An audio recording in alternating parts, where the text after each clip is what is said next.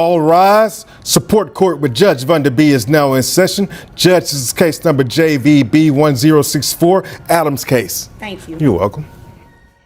You all may be seated.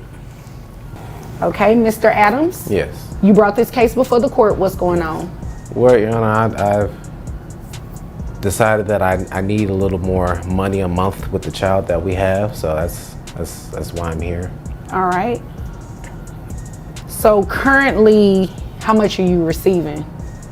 I think it's about minimum wage. Okay, so about what, $213 or so, Yeah. something like that? Yes, around okay. that area. All right. How old is the child? She's 5. Okay. Does mom give anything extra? Has she been doing anything extra? No, nothing. Okay. Nothing. So how did you all get to this point? She's on minimum wage child support. Was she working previously? She was working previously, and then she quit the job, I want to say. I can't really get that backstory out of her, but we had to separate, Your Honor. I couldn't do it anymore. You couldn't do what anymore? I couldn't be with her. She started to get very just abusive for what it is. My breaking point, she went upside my head because I couldn't put her food in the microwave. Oh wow, this lady did that? Your Honor, she looks so sweet. No, you darn near need to get the bailiff in here. I can't. She's very abusive. She can play the funk. Hold up. Did he just say she hit him because he didn't heat her food? That's not just petty. That's a massive red flag. Domestic violence, no matter who it's coming from, is serious. And let's be honest, the courtroom reaction here says it all. The judge is caught off guard, and so are we. But here's where things get complicated. She later admits she was off her medication. So, is this a pattern of behavior, or was it truly an isolated outburst? Let's dig deeper. Oh, okay. You're not gonna throw nothing at me, are you? No, ma'am. No. Okay. Well, he said you went upside his head. I just want to make sure you don't try to go upside mine. It was a rough day that day. Your Honor, I'm diagnosed bipolar, and I was just having a really rough day. And our child, she was just really just crying all day, and I just needed a little bit of help. And he was just saying he couldn't help me at home, and so that's why I just kind of acted out. Oh, okay. So it was an isolated incident? Huh? Was it an isolated incident? I'm sorry, when she get her foot going like that, I just... Say it again. This is where things get tricky. She openly admits to being diagnosed with bipolar disorder and having an outburst because she wasn't on her medication. Now, mental health struggles are real, and managing them is tough. But does that excuse physical violence? The law doesn't say, you're off your meds, so it's okay to lash out. Courts consider mental health, but they also prioritize safety, especially when a child is involved. The fact that this wasn't a one-time incident, that's a huge factor in what happens next. Was it an isolated incident? What do you mean, isolated? Like, did that happen one time? No. She's gone upside your head numbers of times. Numbers. Okay. Numbers, dozens.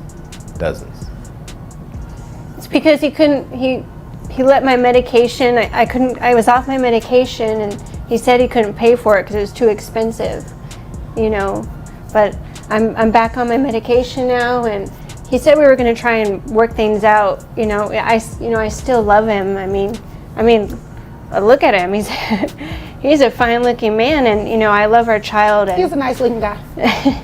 I really want to work it out, and I just got this new job. And Wait a second. She went from minimum wage to making $55,000 a year. That's a massive jump. And while claiming she has debt, the court doesn't care about credit card bills. It cares about the child's well-being. Here's a legal fact. Child support is based on the non-custodial parent's income before personal expenses. So, whether she has debt or not, that new salary means she can contribute more. And the judge is definitely about to make that clear. Tell me about that new job. well, I'm a manager at a fast food restaurant. Okay. And I'm trying to get back on my feet, and but I got a lot of debt, so I have to save that money, and I don't feel like I can pay more child support right now. How much are you making now at your new job? I'm making $55K. $55,000. That's a lot from where you're at now. I didn't have anything before, and I just have a lot of the credit card debt. Okay. And health debt, with my medication and my visits. I understand. You understand that he has things that he needs to pay for you all's daughter, right? Yes. And I can only imagine $200 or so for a 5-year-old is not cutting it. It's not. You understand that, right? Yes, Your Honor. So it's only fair that your child support is increased because your income has changed and you have the means now to support your daughter a little bit better. Now, that's not to say I understand that you have debt. I understand that you have things that you have to pay for, but with what's in the best interest of the child, your child support should be increased. You understand that, right? Yes, Your Honor. Okay. Is your daughter involved in any extracurricular activities or anything? Yes, she's in ballet. Ballet, okay. How much is ballet? It comes to about, I want to say, about $200 a month. $200 a month? Okay. And she goes throughout the year? Yes. Okay. What about health insurance? I pay health insurance. All right. How much is health insurance? It's about $222 a month. All right. And there it is, the ruling. The court recalculated her monthly child support obligation to $922.80 based on her new salary. That includes the basic support amount and reimbursing Mr. Adams for health insurance. Now, is this fair? Legally? Absolutely. Courts follow a percentage-based model for child support, 20% of her net income for one child. The takeaway? The law doesn't care if you just got a raise or if you have debt. If your income increases, so does your financial responsibility to your child. Can mom attend any No. ballet? No. Okay. No. Okay. Oh, okay. I see. So mom has supervised visits. Yes. Okay. Interesting. All right.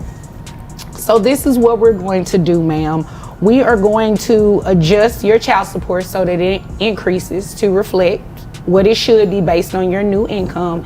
You testified that your new amount was $55,000. That would bring your gross to $4,580, bringing your net to...